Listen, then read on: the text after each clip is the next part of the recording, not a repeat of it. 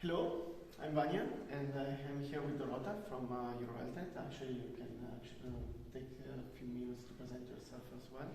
And as a young Gasteiners, we're conducting interviews to expand a little bit more on what was discussed during the sessions. In particular, we are going to talk about issues discussed in the Nobody Left Outside session from yesterday.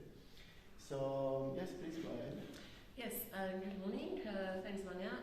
My name is Dorota, Dorota Sienkiewicz, and I'm a policy manager for EuroHealthNet. EuroHealthNet is a European not-for-profit partnership for improving health, equity and well-being, very specifically focusing on health promotion and disease prevention, reducing inequalities by addressing and investing in underlying socioeconomic determinants of health.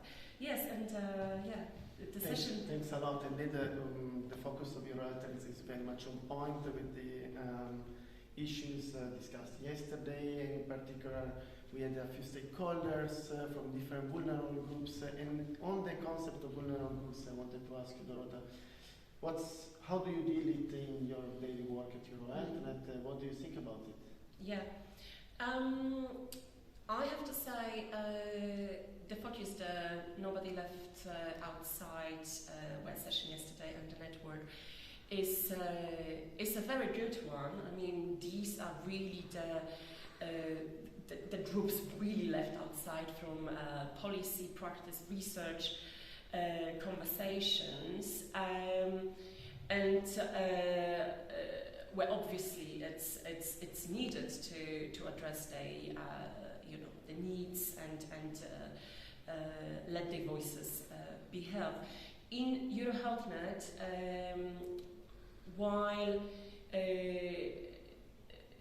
the groups that are addressed by the NLO network are included, as I'd say, per default, we are rather focusing on the whole spectrum of vulnerability, so across the social gradient.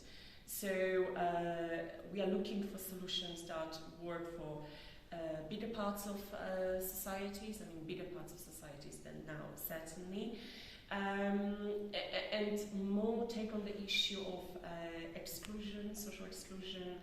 That's perhaps a bit wider or broader than really the groups that are at the end of I'd say of the supply chain in this case. Yeah, that's very interesting. It reminds me the social gradient that Michael Marmot mentions very often, where you do need to address vulnerabilities across the whole gradient, but in a proportionate way, of course. So, in your experience, what kind of actions should be taken to address the needs of these vulnerable groups, and being able to identify them and reach out to them?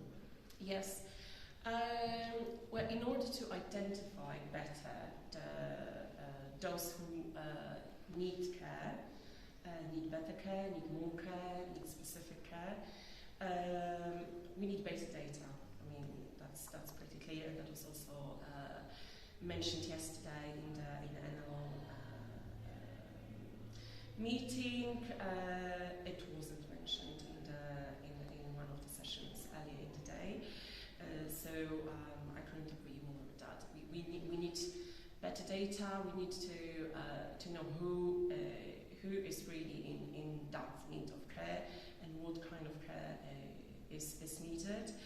And the data has to be not only of good quality, of course, but has to be a bit more granular, so aggregated data, not just generic numbers or gender, I'd say, data, but really low income people, the groups that were mentioned yesterday, poor children, and your second question was how we could reach those groups better, and I improving and strengthening the primary healthcare services that are integrated with other services around people, able to capture and then address the needs as they appear. All of us make use of the primary healthcare services at one point in our lives or another, and and in that way the services would kind of be able to throw a net, I'd say, over the whole of the population, really, and make sure nobody's really kind of falling through, because specifically in the current climate of the rising cost of living, economic crisis, recession, everything getting more and more expensive, and this having a devastating impact on people's mental health, physical health, and society at large. It's not very difficult to see very soon new groups of people, population groups becoming vulnerable. So, if you have just quite a narrow definition of what marginalized population is, or vulnerable population, etc., defined according to a criteria that may be alright, even a year to 5 years ago, it will be easy to just, on the edges of this group, just lose the people as we go, and then involuntarily you create actually inequalities rather than reducing them. Yeah. Well, I think this is all the time that we had for the interview. Thanks a lot, Dorota, and we should check out more of your work at eurohealth.eu. Yes, eurohealth.eu.